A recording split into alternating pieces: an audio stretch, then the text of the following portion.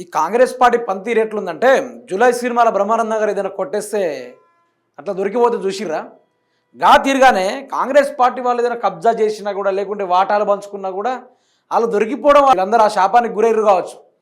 తప్పు చేయగానే దొరికిపోయే ఆ స్వభావతత్వం వీళ్ళకు దేవుడు ప్రసాదించినట్టున్నాడు మేబీ. అయితే మీనాక్షి నటరాజన్ ఈ యొక్క రాజ్యసభ నామినేషన్ తిరస్కరణ, మీనాక్షి నటరాజన్ గారి యొక్క పాత కేసు, వీటన్నిటిపైన వెనకాల ఎవరు రోల్ ప్లే చేశారు, ఓ బీజేపీ ఎంపీకి ఎవరు లీకులు ఇచ్చారని చెప్పేసి ఓ బీజేపీ నాయకుడు గట్టిగా మాట్లాడబడేసిండు. అందులో రాహుల్ గాంధీకి చెప్పింది ఏంటంటే, దొంగని నీ పక్కన పెట్టుకొని ఈరోజు మా బీజేపీ గెలిచేటట్టు చేయించుకుంటుంది నువ్వే అని చెప్పేసి డైరెక్ట్గా చెప్పేసిండు. దాంతో రేవంత్ రెడ్డి రియలైజ్కి అయ్యి రాహుల్ గాంధీకి సన్నిహితులుగా ఉన్నది ఎవరు అని చెప్పేసి రాహుల్ గాంధీ ఒక్కసారి కన్క్లూజన్కి వచ్చేసి బాధపడుతూ తలబొట్టుకున్న వ్యవహారం కూడా ఉంది మిత్రులారా. అయితే మీరు చూసుకోండి ఇక కథ. కాంగ్రెస్లో ఎమర్జెన్సీ చిచ్చు పెట్టిన తెలంగాణ ముఖ్య నేత మీనాక్షి నటరాజన్ విషయంలో అధిష్టానం సీరియస్. కేసు లీకులతో పరువు పోగొట్టుకున్న పార్టీ కాంగ్రెస్లోనే వెన్నుపోటుదారులు ఉన్నారన్న బీజేపీ, మీ పార్టీలోని కోవట్లను పట్టుకోండి అంటూ సవాల్. బ్లాక్ షిప్ కోసం అధిష్టానం వెతుకులాట, ఎవరా నేత అంటూ ఆరా తీస్తున్న హైకమాండ్. పార్టీలో మళ్ళీ ఇలాంటి జరగకుండా దిద్దుబాటు చర్యలు. అన్ని రాష్ట్రాల ఏఐసిసి పిసిసి ఇన్ఛార్జీలతో భేటీ ఈరోజు జరగబోతున్న భేటీ. మరి భేటీలలో ఓ ముఖ్య నేతను కూడా తెలంగాణ నుంచి పిలిస్తే ఆ ముఖ్య నేత 71సారి ఢిల్లీకి కూడా పోతుండు. మరి ఏందో చూద్దాం.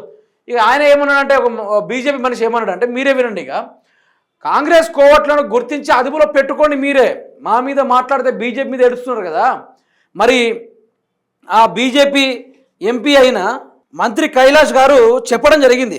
ఏమని అంటే, మాకు ఎవరిచ్చారు మరి ఈ లీకులు, మేడం గారి యొక్క లీకులు ఎవరిచ్చారు, పాత కేసుని ఇట్లాంటి ఒక పత్రాన్ని అందించింది ఎవరని చెప్పేసి ఆ కైలాష్ గారు కూడా చెప్తా ఉన్నారు. కాంగ్రెస్ పార్టీలా వాళ్ళు ఖతం కావాలంటే బీజేపీ సపరేట్గా ఫోకస్ టార్గెట్ చేయాల్సిన అవసరం లేదు, ఇంకొన్ని రోజులైతే వాళ్ళే కుప్పకూలి కూలిపోతారని చెప్పేసి మాట్లాడాడు.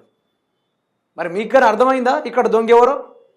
ఇప్పుడు వెనకాలనే ఉంటూ అక్క అనే పిలుస్తూ ఈరోజు మీనాక్షి నటరాజన్ గారికి ఆ యొక్క రాజ్యసభ నామినేషన్ని రద్దు చేసేటట్టుగా చేసిండు బీజేపీ మంత్రితో చేతులు కలిపి. ఇట్లాంటిదో పాత ఎఫ్ఐఆర్ తీసుకొచ్చి ఈసారి ఆధారం ఉంది ఇట్లాంటి కేసులు న్యాయం మీద అని చెప్పేసి ఇట్లాంటి ఆధారం తెలంగాణ నుంచి వస్తాడ. ఆయన మరో కేసు పెట్టి ఆ యొక్క రాజ్యసభ నామినేషన్ తిరస్కరించే కార్యక్రమాలు చేసిర్రట. దీనిపైన ఈరోజు ఏఐసిసి మీటింగ్ జరగబోతుంది ఢిల్లీలో. దీనికి ప్రధానంగా తెలంగాణ నుంచి 71 సార్లు పోయే మనిషి ఉన్నాడు, అటునుంచి రాహుల్ గాంధీ ఉన్నారు. అయితే మీరు చూడండి కదా, కాంగ్రెస్ కోవట్లను గుర్తించి అదుపులో పెట్టుకోండి. మీనాక్షి నటరాజన్ వాస్తవాలను బయటపెట్టిన కాంగ్రెస్ కోవట్ ఎవరు? సొంత పార్టీలోనే కోవట్లను వదిలేసి మాపై అరుపులు వేస్తారా? తప్పు చేసి ఇతరులపై నిందలు నెట్టడం కాంగ్రెస్ నైజమే. నామినేషన్ తిరస్కరణకు కాంగ్రెస్ అంతర్గత విభేదాలే కారణం. బీజేపీ జాతీయ సంస్థాగత ప్రధాన కార్యదర్శి బిఎల్ సంతోష్ ఈయన వర్షన్ ఏంటంటే, మమ్మల్ని తిట్టుడేంది, మీకు అంత దమ్ముంటే మీరు మీ పార్టీలో ఉన్న కోవట్లను గుర్తించి మీరే పట్టుకోండి, మా మీద ఎందుకు అరుస్తారు, మేము అరువుడెందుకు, ఇక మాకు ఇట్లాంటిది ఒక పేపర్ని ఎవిడెన్స్ మాకు ఇచ్చిపోయింది ఒకడు తెలంగాణ నుంచి వచ్చి, వాడిని పట్టుకోండి, సందులు అగ్గో దొరికినట్టుగా మమ్మల్ని పట్టుకుంటారు ఏందని చెప్పేసి ఆ బీజేపీ నాయకుడు మాట్లాడుతున్న ఆయన వర్షన్. మరి తెలంగాణ విషయానికి వచ్చేస్తే ఇదే విషయాన్ని తెలుగు స్క్రైబ్ అనే ఒక ఆ ట్విట్టర్ హ్యాండిల్ కావచ్చు, ఆ విషయాన్ని చిత్రీకరిస్తే దాన్ని ఆ మ్యాటర్ని ఎట్లా ఉన్నదో అట్లా ప్రింట్ చేసి పెడితే వాళ్ళు ఏమంటారు, సైబర్ క్రైమ్ డిపార్ట్మెంట్కి వీళ్ళందరూ ఏకమయ్యి కేసులు పెడతారు ఆయన మీద, ఏ తెలుగు స్క్రైబ్ ఐడి మీద. దేనికి?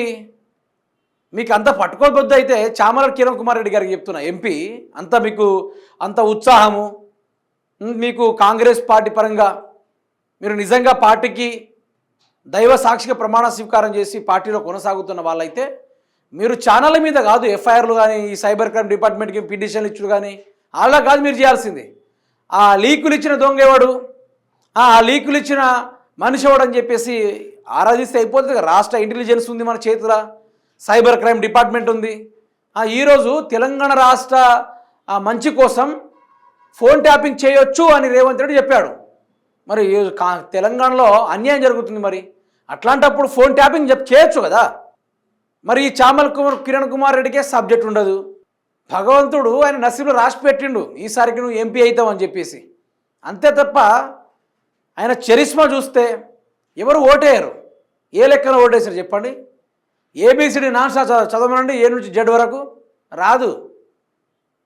మధ్యలో జే నుంచే ఎగిరిపోతుంది. వెనకది ముందు వెనక వస్తుంది. నిధుల గురించి అడగండి, దేని గురించి అయినా. ఆయన ప్రెస్ మీట్ పెడతారు కదా, ఆ ప్రెస్ మీట్ పెట్టిన దానికి మళ్ళీ ఒకసారి వివరణ ఇవ్వమనండి, రాదు. నేను ఏమంటున్నా అంటే తెలివి తక్కువ వాళ్ళు ఉన్నారు ఈ పార్టీలో, చాలా వరకు వేలిముద్ర బ్యాచ్ వాళ్ళు ఉన్నారు. అది ప్రజల దౌర్భాగ్యము. చదువుకున్న విద్యార్థులు కూడా అట్లాంటిలోనే గెలిపిస్తున్నారు, మరి అట్లాంటిలోనే గెలిపిస్తున్నారు. సో ఆయన మాట్లాడింది ఏంది?